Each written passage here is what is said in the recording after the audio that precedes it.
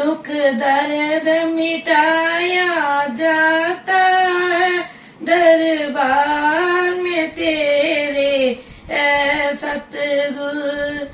आशा की कलियां खिलती हैं, मुँह मांगी मुरादें मिलती हैं।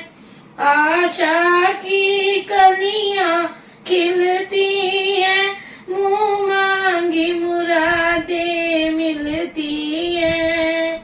जब दिल को झुकाया जाता है दरबार में तेरे ऐ सतगुर।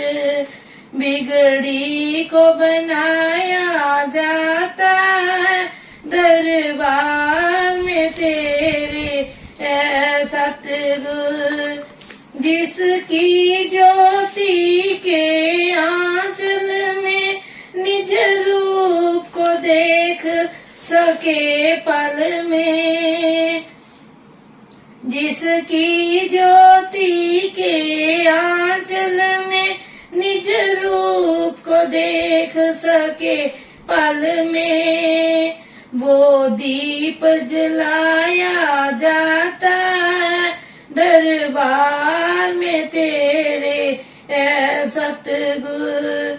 बिगड़ी को बनाया जाता है दरबार में तेरे ऐ सतगुर। जर्रे में जो सूरज दिखलाए, कतरे में जो सागर छलकाए, वो जाम पिलाया जाता है दरबार में तेरे ऐ सतगुर। बिगड़ी को बनाया जाता है दरबार में तेरे ऐ सतगुर। दीवानत बसम कहता है जो राजी रजा में रहता है। दीवानत बसम कहता है जो राजी रजा में रहता है। बंधन से छुड़ाया जाता है दरबार में तेरे ऐ सतगुर। बिगड़ी को बनाया जाता है दरबार में तेरे ऐ सतगुर। दुख दर्द मिटाया जाता है दरबार में तेरे ऐ सतगुर। गुरु रूप प्यारी साध संगत जी, उसका आप सभी पवित्र आत्माओं के श्री चरणों में कोटि कोटि प्रणाम है।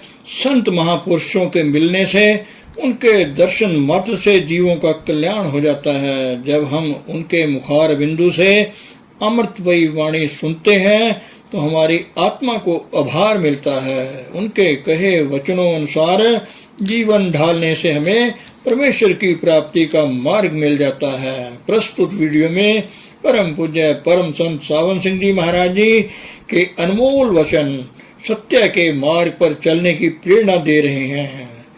दासी की जुबानी आपके श्री चरणों में उनके ही प्रवचन रखे जा रहे हैं। आपसे विनम्र अनुरोध है, हमारे चैनल को सब्सक्राइब करें, लाइक करें तथा शेयर करें। धन सतगुरु, धन गुरु रूप प्यारी साध संगत जी। गुरु रूप प्यारी साध संगत जी, दासी का आप सभी पवित्र आत्माओं के श्री चरणों में कोटि कोटि प्रणाम है। परम पूज्य परम संत सावन सिंह जी महाराज जी की अपार दया मेहर से उनके अनमोल वचन आपकी सेवा में रख रही हूँ। जातुता मैं सब को तू साहब मेरी रास जियो।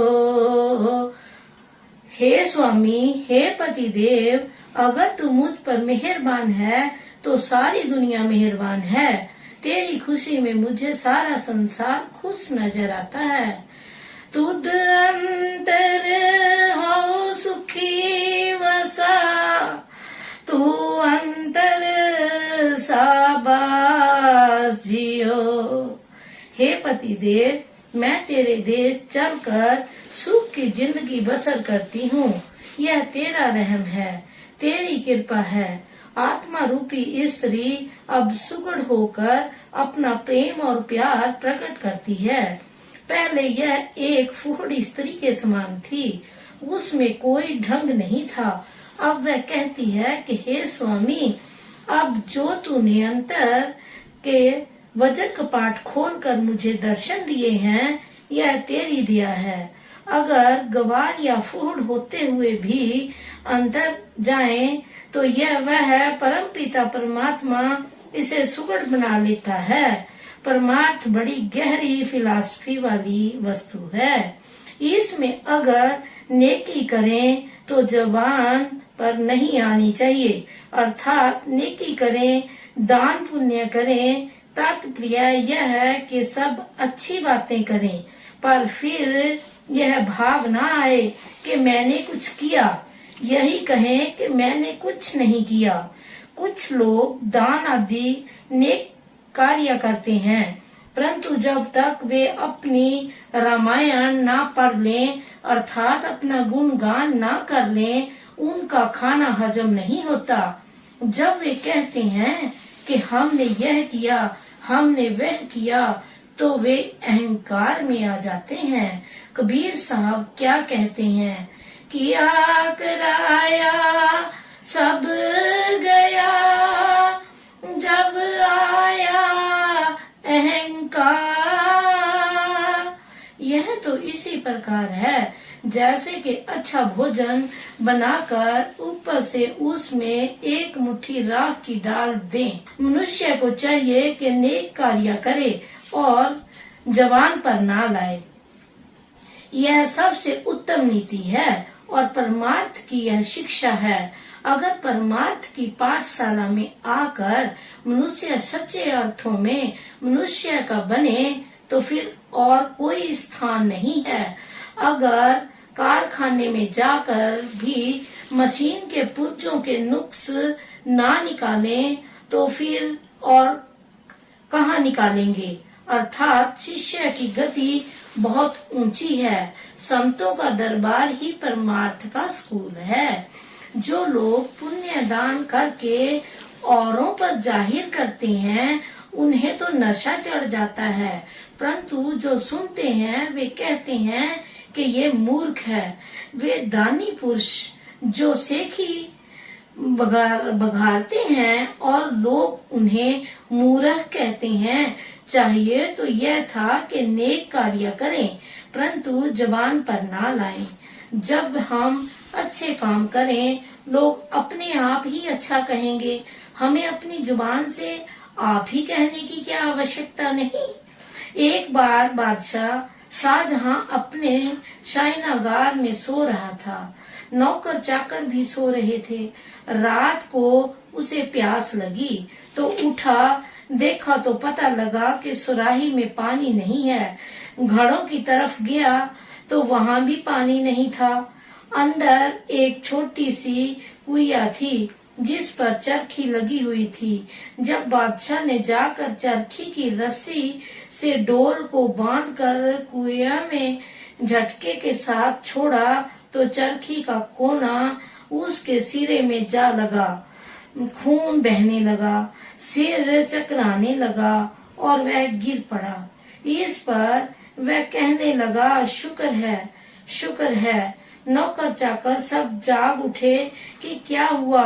देखा कि बादशाह को चोट लगी है और वह परमात्मा का शुक्र कर रहा है। उस समय वह कह रहा था कि किसी लायक भी नहीं था। मुझ बेवकूफ को, जिसे पानी निकालने की भी अक्ल नहीं, मालिक ने बादशाह बना दिया। गुरु साहिब कहते हैं कि शुक्र है मुझे सतगुरु मिल गया। चाहे कोई अमीर है या गरीब है, जिसके पास नाम है वह शाहजहां है। सतगुरु और नाम के बराबर कोई ऊंची दौलत नहीं। जिस दौलत को हमारे साथ जाना है, अगर उसे ही हमने प्राप्त ना किया तो क्या किया? कुछ नहीं। अगर नाम की कमाई ना की तो सिर्फ रोटियां ही खाते रहे, रोटी खाई और सो गए। नहीं, शिष्य को चाहिए कि अपने ऐबो पापों की और ख्याल रखे, नाम की कमाई करे और प्रार्थना करे कि हे मालिक, तेरा शुक्र है कि मैं तेरी साया में, तेरे चरणों में सुखी हूँ। भाने तख्त बढ़ाया, भाने भीख उदास जियो। यह सुगढ़ नारी का काम है। अब कहती है कि हे मालिक, तू चाहे मुझसे भीख मंगा, मैं अप्रसन्न नहीं होती। चाहे राज सिंहासन दे दे, मैं खुश नहीं होती। तू जो कुछ भी दे, कुछ भी करे, मुझे मंजूर है। यह शिष्य और गुरु का संवाद है।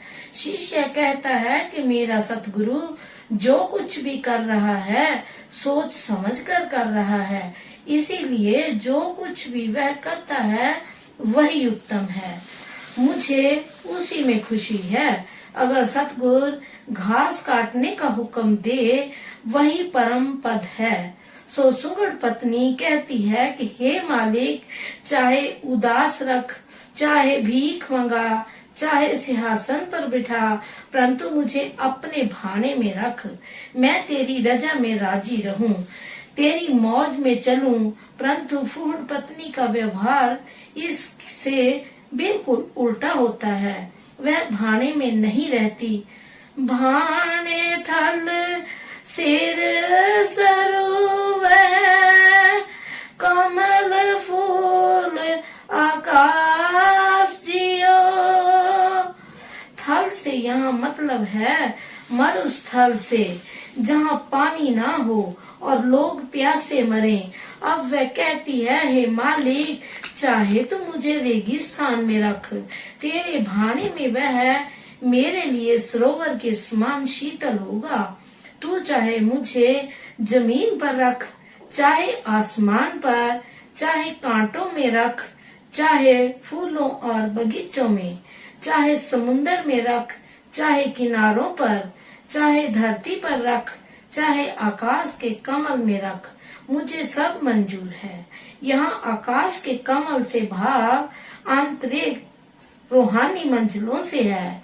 शिष्य को चाहिए कि यह ना कहे कि मुझे कांटों में क्या बैठाया है, फूलों बगीचों में क्यों नहीं बिठाया।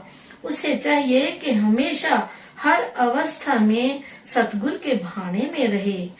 भान भव जल लांगिए, भान मंज भरी आस जियो। हमें मालिक के भाने में रहना चाहिए। अगर भाने में रहे तो हमें कोई डर नहीं।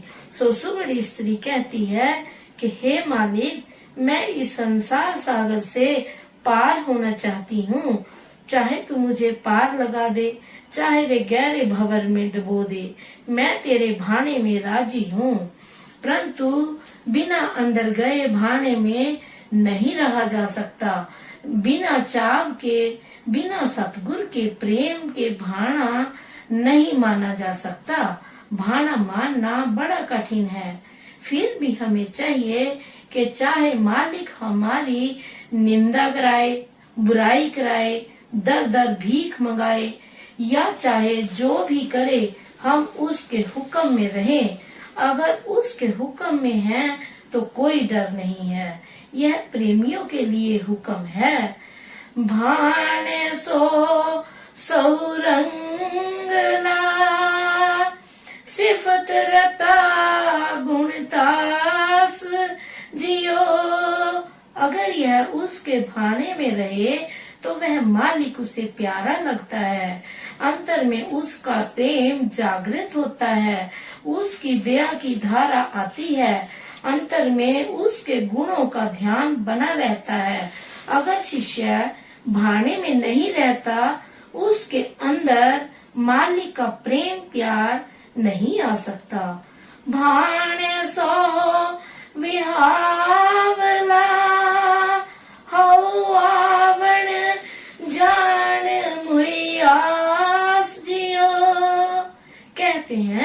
कि चाहे तू मुझे जन्म मरण में डाल दे, चाहे नरकों में डाल दे, चाहे जूनों में भेज दे, लेकिन अपने भाने में रख। जो भी तू करे उसे तेरा भाना मानकर मैं खुशी के साथ स्वीकार कर सकूं। तू अगम अतोलवा हो कह ढई पैयास जियो। हे मालिक, तू अगम है, अतोल है, अडोल है। मैं और क्या कहूँ, तेरे गुणों का क्या वर्णन करूँ, किस प्रकार तेरी महिमा का बख्यान करूं, क्योंकि तू अनुपम है, बेशुमार है। तेरी महिमा लफ्जों में नहीं हो सकती। मैं तो बस इतना ही कह सकती हूँ कि तू असीम और अपार है, और तेरे चरणों में गिरती हूँ, तेरे चरणों में नतमस्तक होती हूँ। क्या मांगू, क्या कह सुनी, मैं दर्शन भूख प्यास जियो। हे स्वामी, हे मालिक, मैं क्या कहूँ, क्या विनती करूँ, क्या मांगू। मैं तो सिर्फ तेरे दर्शन मांगती हूँ, इसके सिवाय और क्या मांगू। मुझे तो तेरे दर्शन ही चाहिए। मेरे अंतर में तेरे दर्शन की प्यास सदा बनी रहे। गुरु सबदी सो पाया, सच नानक की अरदास जियो। अब सब कुछ कहकर क्या प्रार्थना करते हैं कि हे मालिक, तुझे तू ही चाहिए। मालिक किस प्रकार मिलता है? शब्द और गुरु के जरिए। गुरु के द्वारा शब्द मिलता है और शब्द के जरिए परमात्मा मिलता है। साथ संगत जी, दासी में बोलने में अगर कोई भूल चूक हो गई है तो दासी क्षमा की याचक है। धन सतगुरु, धन गुरु रूप प्यारी साध संगत जी।